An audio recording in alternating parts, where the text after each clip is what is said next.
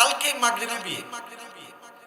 মাগরিবি বিয়ে হয়েছে, ইফতারের সময় আয়োজন হয়েছে বিয়ের পরে বর কনে সহ পুরো পরিবার যাচ্ছে, যাওয়ার পথে অ্যাক্সিডেন্ট করে 13 জন মানুষ মারা গেছে। রামপালে বাস ও মাইক্রোবাসের মুখোমুখি সংঘর্ষের ঘটনা ঘটেছে। মর্মান্তিক এ দুর্ঘটনায় 3 শিশুসহ 13 জন নিহত হয়েছেন। 12 মার্চ বৃহস্পতিবার বিকেল 4টার দিকে উপজেলার বেলাই ব্রিজ এলাকায় খুলনা মংলা সড়কে এই দুর্ঘটনা ঘটে। বর কনে সহ এই বাগেরহাটে আমাদের গত রাতের কাহিনী। দুই পরিবারের মধ্যে কি আমেজ, কি আনন্দ। বাবা মা নিজ হাতে সুসজ্জিত করে তার কন্যা সন্তানকে পাত্রস্থ করলো, একটা পাত্রের হাতে উঠাইয়া বাড়ি থেকে বের করে দিল যে আমার মেয়েটা তার শ্বশুর বাড়িতে যাক। হয়তো রাতের বেলা তারাবির পরে বাবা নিজেও যাইতো আমার মেয়েটাকে আবার দেখে আসি, না হয় অন্তত পরের দিন সকালে ঘুম থেকে উঠে যাইতো যে আমার মেয়েটাকে উঠাইয়া দিলাম, দেখে আসি কি অবস্থা আছে।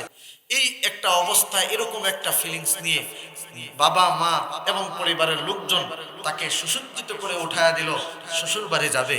এখন চলে গেল একদম দুনিয়ার বাহিরে।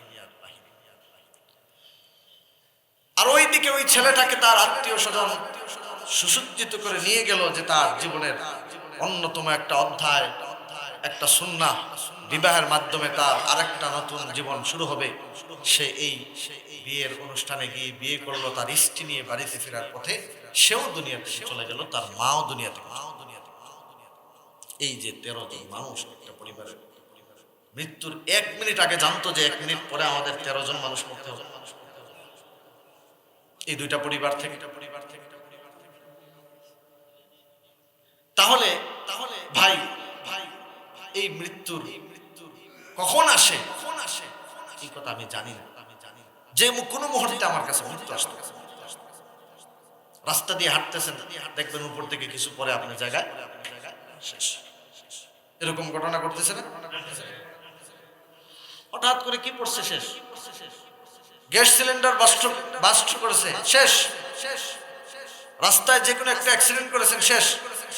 1-2 দিন আগে দেখছি আপনার স্কুলে যাওয়ার পথে একটা মেয়ে, বোরকা পরা মেয়ে, মানে বড় বোরকা পরা মানে কি ছোট না, মোটামুটি পড়া হয়ে গেছে, একটা ষাঁড় এসে তাকে তার শিং দিয়ে দিছে ধাক্কা, 1 ধাক্কায় মেয়েটা শেষ। 1 মিনিট আগেও জানতো না যে 1 মিনিট পরে আমি এইভাবে মারা যাবো। এই জন্য আরো 1 বছর বাঁচবো, তারপরে আরেকটা রমজান পাবো, এই গ্যারান্টি আমাদের কারো হাতে আছে ভাই? এজন্য জীবনের সর্বশেষ রমাদান হয়ে যেতে পারে এটা।